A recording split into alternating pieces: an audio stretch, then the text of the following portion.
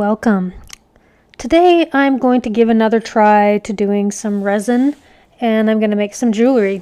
So here are some of the supplies that you'll need if you're planning to give it a try on your own. And there's a few little tips and tricks that I'm going to talk about along the way. I did use the magic resin, which is 1-to-1 combination, the part A to part B. I would recommend you pouring this in around 20 to 25 degrees Celsius room temperature to try to minimize the number of bubbles that you're going to get in your resin. So I've taken the liberty of putting in a few little objects into some of the molds that I'm going to pour in.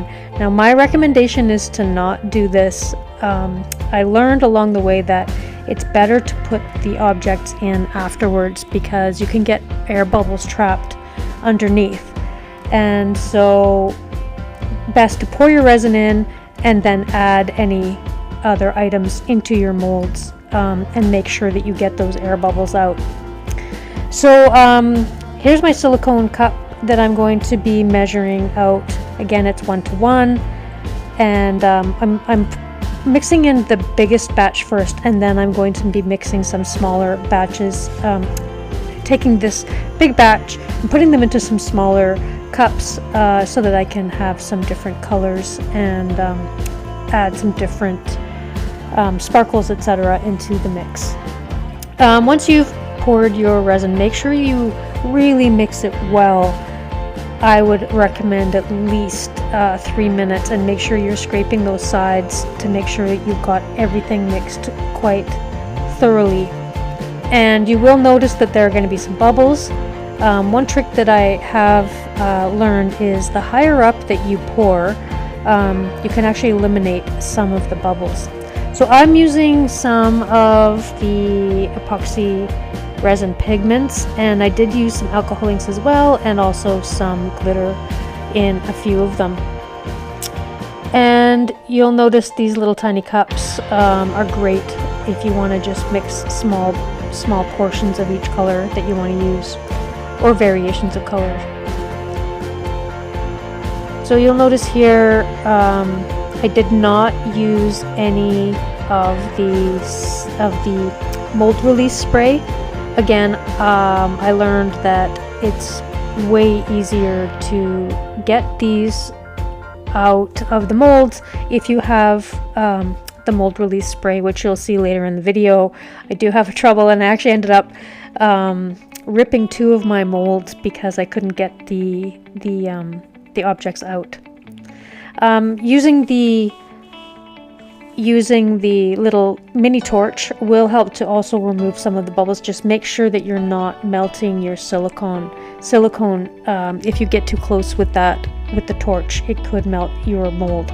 So keep them in short bursts and a little distance, but you'll notice some of the bubbles immediately come out. And so I'm going to leave it here, and I'm just going to let you watch, and I hope you enjoy and you learn a few things along the way. Please, if you like this video, leave me a comment. Of course, always, I would love it if you would subscribe and continue to join me on my learning videos as I explore different crafts. Leave a comment, maybe like it, share it, and definitely I'd like to see you come back. So thanks for watching, and see you next time.